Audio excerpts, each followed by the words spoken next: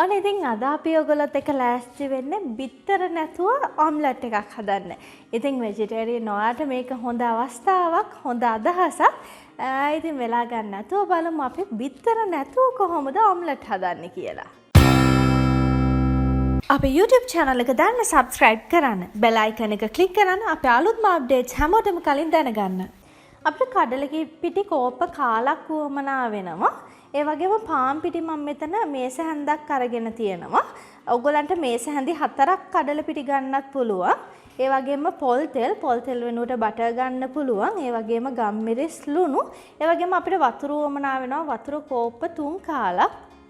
ඒ වගේම මම මෙතන බේකින් පවුඩර් අරගෙන තියෙනවා. බේකින් පවුඩර් තේ හැන්දේ 4න් පංගුවක් තේ හැන්දි කාලක් අරගෙන තියෙනවා. ඒ වගේම අමු මිරිස් ලූණු තක්කාලි ටිකක් චූටියට ලියාගෙන තියෙනවා. මීට අමතරව ඔයා කැමති නම් ඔයාට කැමතිම එළවලු වර්ගයක් ඔම්ලට් එකට දාන මේකට එකතු කරගන්න පුළුවන්.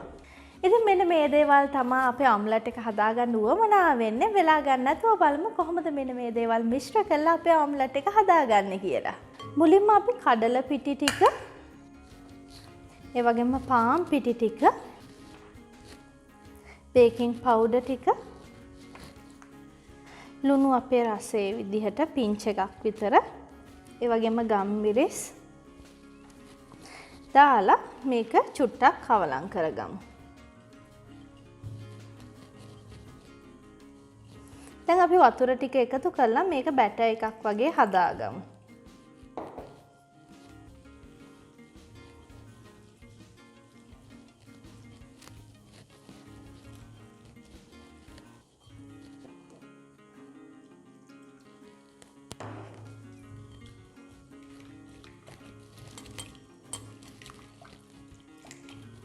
පිටි මිශ්‍රණය හොඳටම කවලම් කරගත්තට පස්සේ අපි අපේ ලූණු, තක්කාලි, අමු මිරිස් එකතු කරගමු. මේකට ඕගලන්ට මාළු මිරිස්, කැරට්, ඒ වගේම කොත්තමල්ලි කොළ ඕන දෙයක් කැමති දෙයක් එකතු කරගන්න පුළුවන්.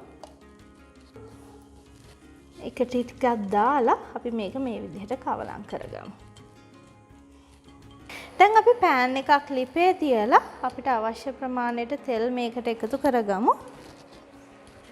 තෙල් ටික හැම තැනම මේ විදිහට ගාගමු.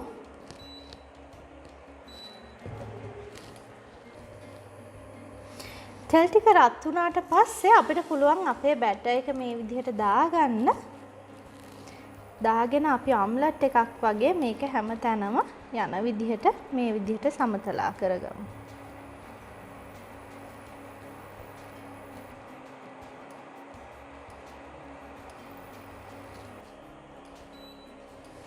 දැන් අපිට පුළුවන් මේක පියනකින් වහලා මේක තැම්බෙනකන් ටිකක් වෙලා තියන්න. විනාඩි 2ක් විතර ගියාට පස්සේ අපිට පුළුවන් මේක එහා පැත්ත හරවන්න. මෙහෙම පරිස්සමට අපි මේක චුට්ටක් බුරුල් කරගෙන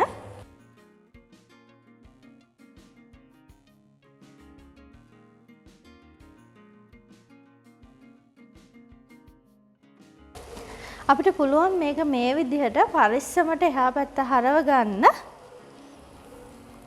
ඊට පස්සේ ගොඩාක් වෙලාවක් තියන්න ඕනේ නැහැ. අපි මේක අයින් කරගමු.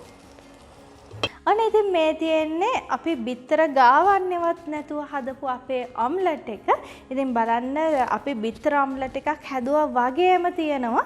ඉතින් හදිස්සියේ හරි ඔයගලන්ගේ ගෙදරට බිත්තර කන්න නැති කවුරු හරි ආවොත් ඔන්න අඩුවක් පාඩුවක් නැතුව එයාට සර්ව් කරන්න හොඳ කෑමක්. ඉතින් හදලා බලලා අපිටත් කියලා එවන්න රස කොහොමද කියලා අපි ආයෙත් මේ වගේ අලුත් වීඩියෝ එකක් එක්ක හමු වෙමු.